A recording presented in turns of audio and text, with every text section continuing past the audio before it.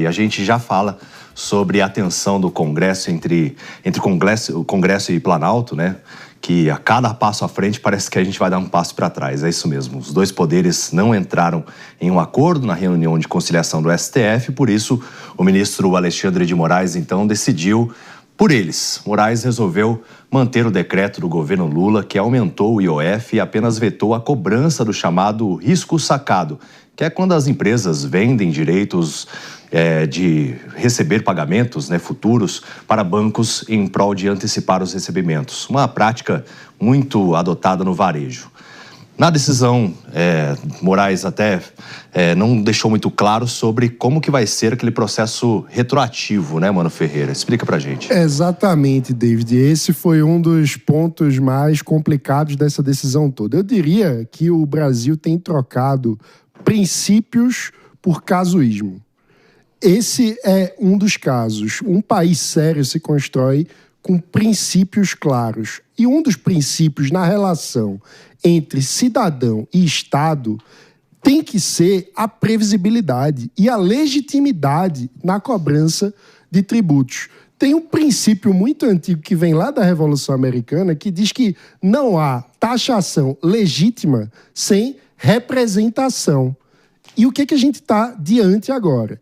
De um aumento de imposto que não tem representação, porque houve uma derrota acachapante dessa pauta pelos deputados e senadores no Congresso Nacional. Mesmo assim, o ministro Alexandre de Moraes decidiu que o governo tinha razão, independentemente de não haver a representação. E aí, na prática, o que é que estava em jogo? O IOF sempre foi um imposto regulatório, ou seja, ele devia atuar no contexto do câmbio, no contexto do que você está ali tentando organizar as operações financeiras, e não para arrecadar recursos para o governo.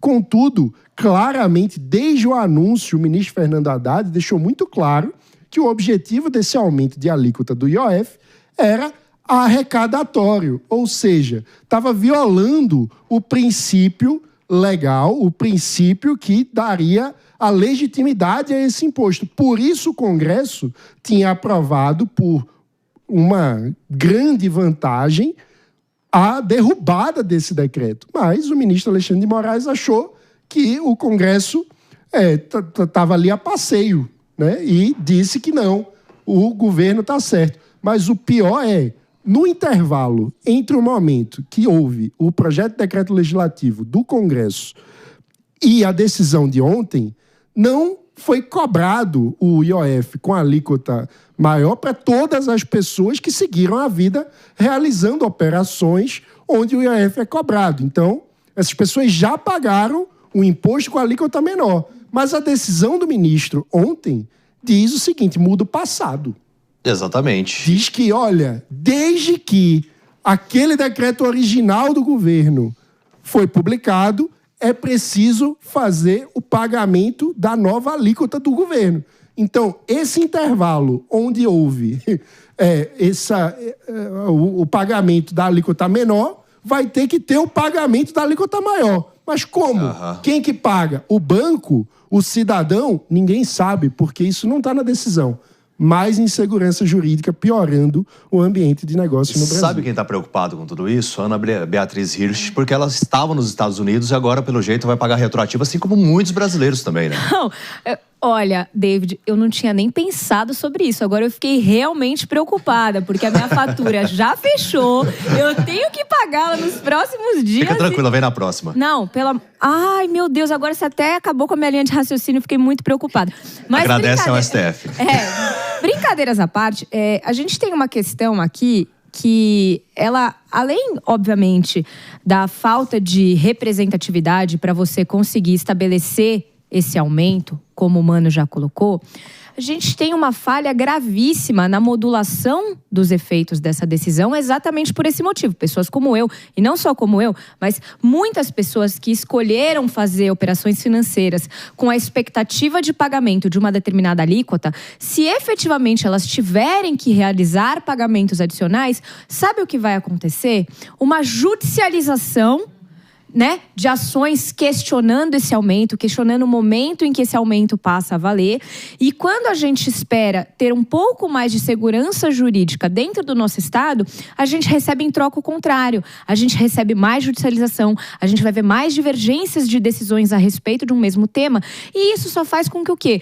Se afastem investidores do nosso país. A gente está vivendo um momento econômico extremamente delicado, não só por força de questões externas, mas também, como a gente fala reiteradamente aqui no Morning Show, sobre toda essa falta de planejamento, essa falta de estratégia econômica dentro do nosso país.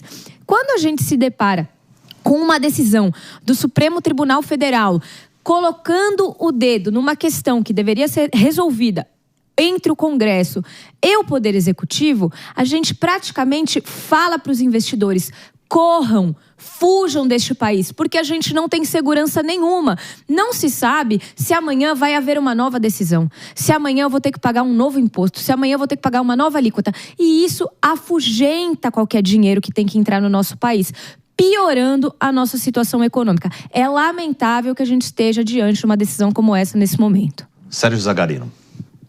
Primeiro, bom dia a todos que estão em casa, nossos telespectadores, nossos ouvintes.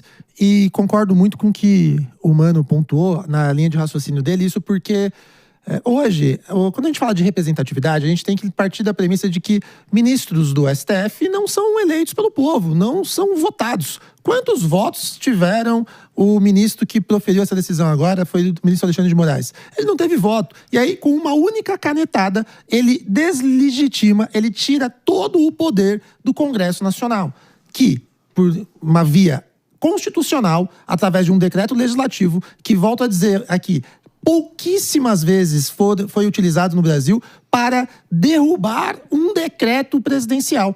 E você que está em casa para entender, decreto é o presidente da República tomar uma decisão por si só, sem ouvir o povo, que é o Congresso. Goste ou não, bons ou não, tem que serem ouvidos. E o presidente Lula, não tendo condições de governabilidade, ele publicou esse decreto no intuito de arrecadação com um desvio de finalidade gigantesco, motivo pelo qual o presidente da Câmara, Hugo Mota, pautou junto ao Congresso Nacional um decreto legislativo que previa a derrubada em razão do desvio de finalidade, como bem pontuou o Mano aqui que explicou, que o governo federal hoje, ele tem o intuito de arrecadar mais, porque ele tem dificuldade de reduzir gastos, e isso a gente vem batendo nessa tecla. Quando nós estamos com despesas superiores à nossa arrecadação, ao nosso salário ou o faturamento da sua empresa, o que você tem que fazer de forma rápida? Cortar gastos. E o governo federal faz o contrário, ele não apresenta nenhum tipo de redução de gastos. O ministro Fernando Haddad, que você nos assiste agora e está na sua tela, ele tem dificuldade de dialogar com o Congresso, a forma que vai fazer isso. Tanto é verdade que no escândalo, David, do INSS, eles tiveram que arrebentar o arcabouço fiscal, que já foi uma manobra do governo para acabar com o teto de gastos, e neste arcabouço fiscal, que eles pediram um crédito extraordinário, quem foi que aprovou também esse crédito extraordinário para o governo fazer essa manobra fiscal? Mas aí o erro começou no orçamento, né? O orçamento foi aprovado quase no meio do ano. Mas o raciocínio é o seguinte, que o STF, ele está ao lado do Poder Executivo em todas as decisões. Tanto é verdade que, nesse caso agora, e vindo com o raciocínio que a Ana disse, não tem segurança jurídica nenhuma.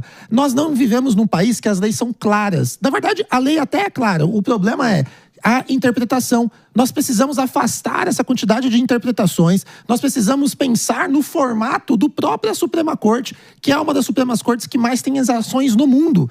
Não existe a possibilidade de tudo ter que chegar à Suprema Corte, quando nós vivemos numa democracia com um Congresso que tem legitimidade e é representativo do povo para tomar suas decisões. Então, essa decisão de não considerar constitucional o decreto do Congresso Nacional, ela é teratológica, ela é absurda. Eu já vi mais de 100 tributaristas apontando que é um erro, é uma interpretação pior, de uma única pessoa, porque sequer a decisão foi do Pleno. Então, uma única pessoa, um único ministro tem poder no Brasil com uma caneta de tirar a vontade de toda a população brasileira e de uma maneira, no mínimo, questionável. Esse é um grande problema. A gente tem que avançar em discussões para fazer o seguinte, olha, vamos colocar prazo aí para os ministros do STF, porque o ministro do STF vai até 75 anos. Isso vai criando um problema gigantesco no Brasil. Vamos limitar decisões monocráticas, porque existem direitos, opiniões diversas dentro de uma Suprema Corte, por mais que nós tenhamos hoje uma Suprema Corte que a gente já sabe mais ou menos o resultado. O Fernando Haddad deu uma declaração, olha que interessante, falando o seguinte, olha, o ministro me ligou, entrou em contato comigo. Como assim? O ministro entrou em contato? Uma pessoa que vai julgar o órgão, uma parte que você é representante, aliás, não só representante, a figura mais importante como ministro da Fazenda. E isso tudo beira um absurdo jurídico. A gente está longe de uma segurança jurídica. Então, o Congresso Nacional tem se demonstrado frouxo. O Congresso Nacional tem que dar uma resposta à altura e imediatamente apresentar um projeto de lei para, de fato, regular a questão do IOF de acordo com a sua vontade, não ser submisso à decisão de uma Suprema Corte que não é a função dela. Bom, nesse momento o ex-presidente Jair Bolsonaro está dando um pronunciamento, a gente já está preparando ali o sinal do link para a gente trazer essa fala, mas enquanto isso estimulando a discussão também, porque enquanto o Sérgio Zagarino falava, a Priscila Silveira contorcia os olhos, que eu não sei como que estão para frente ainda, não atrás da cabeça, de tanto que ela revirou esses olhos e eu quero saber o porquê. Só um pedacinho. Bom dia, David, meus colegas aqui da bancada, nossa qualificada sempre audiência. Eu discordo um pouco aqui num ponto do Zagarino, em que sentido? A nossa Constituição Federal, no artigo 5º, inciso 35, né, fala que o Poder Judiciário, não estou dizendo que sou a favor da decisão do ministro, só para explicar aqui um ponto que eu discordo do Zagarino. Lá no artigo 5º, inciso 35, tem uma garantia constitucional que vale para o João, para o José, para o governo, para quem é contrário ao governo, que nós não vamos poder afastar o pedido. Quando você pede algo para o Poder Judiciário não pode falar assim, eu não vou julgar isso porque é o João. Então, a gente tem uma inafastabilidade da jurisdição, de dizer o direito. Então, quando ele coloca aqui que o ministro não foi eleito, é claro que ele não foi eleito. A gente tem uma Constituição onde o ministro ali, a composição do Supremo Tribunal Federal não é feita através de voto. Por isso que a gente tem a divisão dos poderes. Agora, um ponto que a gente precisa dizer é que se ele foi instado a dar a decisão, ele deve fazê-lo. Não é uma facultatividade. Olha, eu não vou porque é o Lula ou é o Bolsonaro. Então, nesse ponto, se o Poder Judiciário é instado a fazê-lo, ele deve fazê-lo. Não é uma facultatividade. Isso é bem importante a gente esclarecer aqui para a nossa audiência. Por quê? Não é através de voto. Por isso que a gente tem a divisão dos poderes dentro de um Estado democrático de direito. Então, a gente tem o Poder Judiciário, o Poder Legislativo e o Poder Executivo. Agora, em que ponto que a gente tem aqui, que eu acho que é aqui uma consonância, há um posicionamento uníssono, de que todas as vezes que há um descompasso entre o que eu quero e o que o outro quer, aciona-se já de antemão, né, o Supremo Tribunal Federal. Então, só que desde quando a gente aprende também sobre os poderes, a última palavra deveria ser do Congresso Nacional, que é a representatividade do povo, não é isso? Mas é que quando há uma violação à Constituição, David, quem vai Qual foi a violação? E qual foi a violação nesse caso apontado? Concluir, aí você fala que você já falou um pouquinho aí. Então, o que acontece?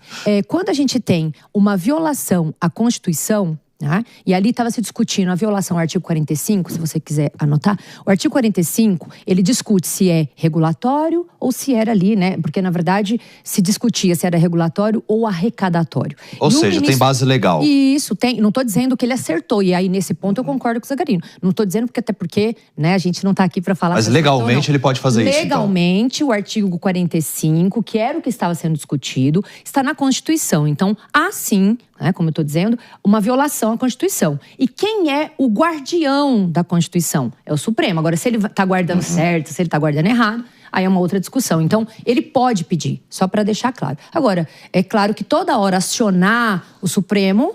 as pessoas ficam inconformadas. E até nas coletivas de imprensa, né? Qualquer coisa a gente vai judicializar. Então tudo recorre ao judiciário. As pessoas já partem da premissa, né? Todo mundo faz isso, né? Vamos ser claros. Porque Isso tá errado. na política brasileira, quem perde no campo vai pro tapetão. E aí, não importa se é de esquerda, se é de direita, essa tem sido uma prática constante. E eu fico até me questionando até que ponto não é uma estratégia para que o desgaste de medidas impopulares, como aumento de imposto, que é esse o caso, fiquem sob a imagem do Supremo Tribunal Federal no lugar de assumirem, matarem no peito e dizerem: estamos aumentando imposto, porque nenhum cidadão brasileiro aguenta mais pagar mais imposto. Então, eu fico me perguntando, o Congresso Nacional, diante de uma situação como essa, como vai reagir? Aparentemente não vai reagir. Por quê? Porque me parece que é um teatro. Sim. Que está todo mundo aí, no fim das contas, querendo aumentar a arrecadação, querendo escorchar mais o cidadão brasileiro que fica assistindo a essa situação toda como aquele que paga a conta. E que, às vezes, paga sem nem saber como vai, né? Porque... E no meio de tudo tipo isso ainda, gente... exatamente.